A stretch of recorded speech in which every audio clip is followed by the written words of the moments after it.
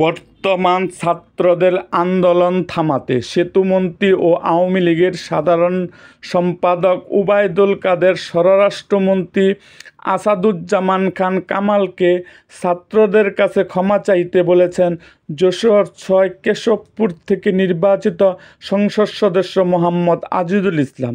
তিনি আরও বলেন, ছাত্রদের গ্রেপ্তার বন্ধ করতে হবে।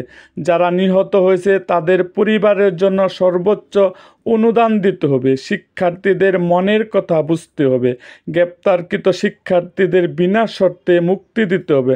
বর্তমান সময় শিক্ষার্থীদের আন্দোলন নিয়ে দুষ্কৃতিকারীরা সুযোগ নিচ্ছে এবং নিতে পারে। এজন্য আইনমন্ত্রী, শিক্ষামন্ত্রী, বিশ্ববিদ্যালয় ভিসি সহ উচ্চ পর্যায়ের টিম গঠন করে শিক্ষার্থী ও অভিভাবকদের সঙ্গে বসতে হবে।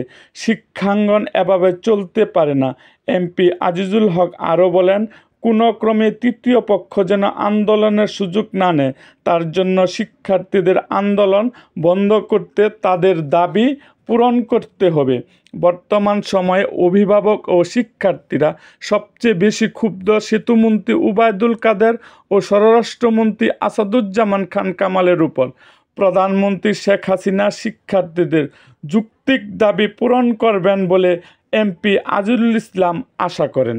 এরকম আরও ভিডিও পেতে এবং রাজনৈতিক অঙ্গনের নানা ঘটনা ও ইতিহাস জানতে আমাদের মুক্তাগাছার ইতিহাস মিডিয়া ইউটিউব চ্যানেলটিকে সাবস্ক্রাইব করুন এবং পাশে থাকা বেল আইকনটি বাজিয়ে দিন।